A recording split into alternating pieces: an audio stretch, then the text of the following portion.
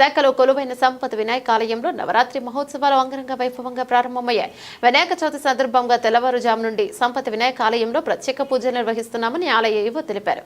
విశాఖలో పెద్ద ఎత్తున నగరవాసులు వచ్చి స్వామివారిని దర్శించుకుంటున్నారు. వచ్చిన ప్రతి భక్తులకు ఇబ్బందులు కలగకుండా స్వామివారి దర్శనం కలిగే విధంగా ఆలయ అధికారులు ఏర్పాటు చేశారు. ఆలయానికి వచ్చే భక్తులకు తీర్థ ప్రసాదాలను అందజేశారు.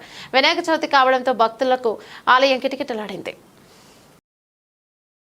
విశాఖపట్నం ఆసిల్మెట్లో ఉన్న సంపత్ వినాయక దేవాలయంలో గణపతి నవరాత్రి మహోత్సవాలు అత్యంత వైభవంగా నిర్వహించబడుతున్నాయి.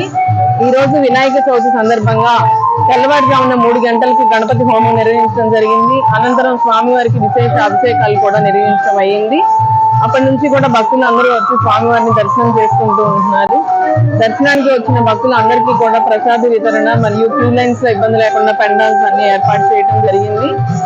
ఈ 9 రోజులు కూడా స్వామివారు రోజుకొక అలంకరణలో భక్తులకి దర్శనం ఇస్తారు. అదేవిధంగా మధ్యాహ్నం 12 గంటల నుంచి నారాయణ సేవ కార్యక్రమం కూడా నిర్వహించబడుతుంది. ఈ సందర్భంగా ప్రతిరోజు కూడా ఇక్కడ ధార్మిక ప్రవచనాలు మరియు వివిధ సాంస్కృతిక కార్యక్రమాలను ఏర్పాటు చేయడం జరిగింది.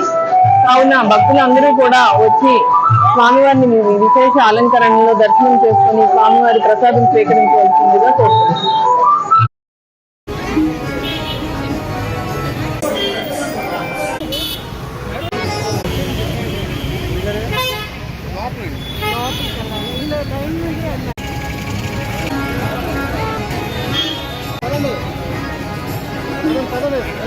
ఎలా